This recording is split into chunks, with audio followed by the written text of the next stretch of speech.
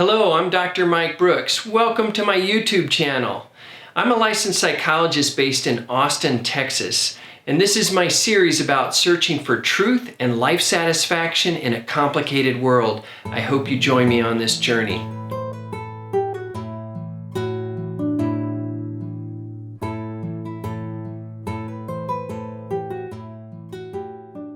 Okay, the first topic I want to cover for this series is a dark one, but it's relevant to us all. Unfortunately and tragically, the United States suffered two mass shootings the first weekend of August of 2019. In El Paso, Texas, a gunman opened fire in a Walmart, killing 22 people and injuring many more. And then just several hours later in Dayton, Ohio, an unrelated shooter killed 9 people. So you have 31 deaths in a very short amount of time, and it has all of us reeling. It makes me think of the U2 song Sunday Bloody Sunday that starts out, "I can't believe the news today, I can't close my eyes and make it go away." Well, here we are again wondering, how on earth could this happen? What is wrong in society?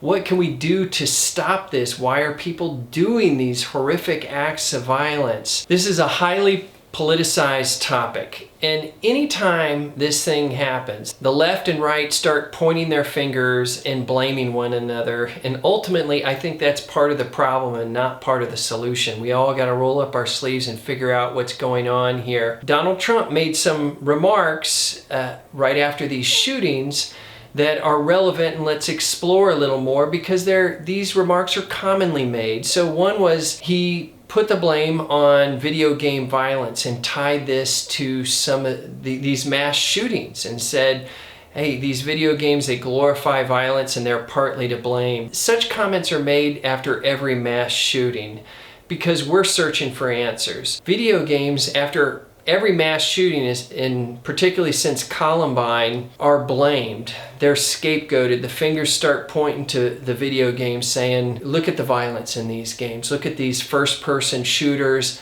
No wonder these kids became shooters. They're playing these violent video games. So the question is, do violent video games cause mass shootings? Do they cause homicides? The unequivocal answer is no, they don't. Now, video games have been around a long time, and interestingly, since the very first video games, psychologists were concerned about the violence and causing people to be aggressive. And this started with games like Space Invaders. And now we have games that are way more graphically sophisticated, way more complicated in the level of blood and carnage in some games. Well, naturally we look at those and we think, wow, is that going to cause people to be aggressive and violent? Now, first of all, this may surprise people, but societal violence in America and homicides used to be higher in the 70s and 80s. So before these graphically sophisticated games were even available, violence level was much higher. Now, there has been an uptick in mass shootings in recent years, but again, the video game violence has been around a long time. So we'd think if it were having such an effect, those mass shootings would have started a long time ago. Now, when a shooter ends up being a video game player, that's not surprising because most young men play video games, and often violent ones. Playing them is almost a universal activity among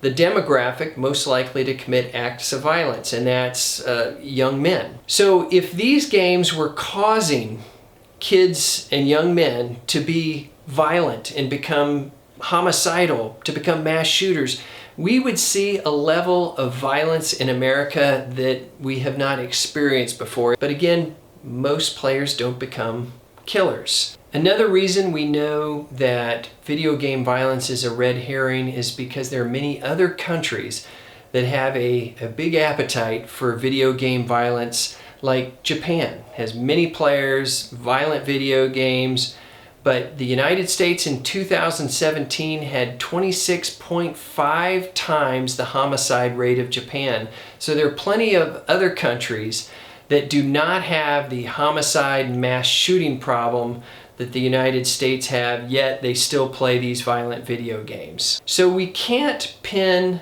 video game violence on the violence that we're seeing in society. And all the research they've done, there's been a decade's worth of research done now on the effects of video game violence. And they don't find a relationship at all between video game violence and societal violence like homicides and mass shootings. There's no connection there. They do not cause that. So video games are a red herring, and they are not the answer that we're looking for. We need to look elsewhere. Trump also said that it is mental illness and hatred that pulls the trigger and not the gun.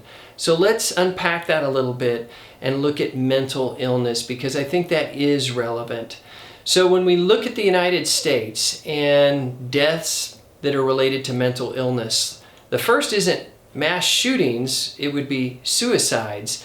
In the United States in 2016, we had 22,938 gun-related suicides. We had 14,415 gun-related homicides in that year, and 71 gun-related deaths by mass shootings.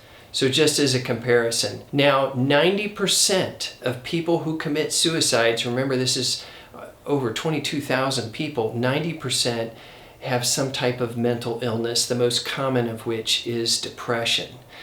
So I think mental illness is an important factor. When we look at someone who would commit such an act of violence as a mass shooting, just automatically we think this person must be crazy. Who would ever do such a horrible act? So there's something going on with these people that isn't right to begin with. So if we address mental illness and we make some changes where people can get easier access to mental health care, that would be a good thing on many fronts. It would not only reduce suicide rate, which is, again, such a high number, but homicides, and then of course the mass shootings that we're talking about. So mental illness and addressing mental health issues is a good way to go. But let's now turn to hatred. So Trump said hatred is part of the equation here, and I agree, hatred is a heinous thing. And we look at those mass shootings, there's hatred. The manifesto that allegedly the El Paso shooter published on 8chan was full of right-wing extremism, white supremacy, hatred toward immigrants, calling them invaders. So there was a lot of hatred spewed in that manifesto. And there was also hatred spewed by the Dayton, Ohio shooter, and this is still forthcoming, but he might have posted some stuff that was extreme left. But hatred was behind both. Now the question I want to dig into more is, where does this hatred come from?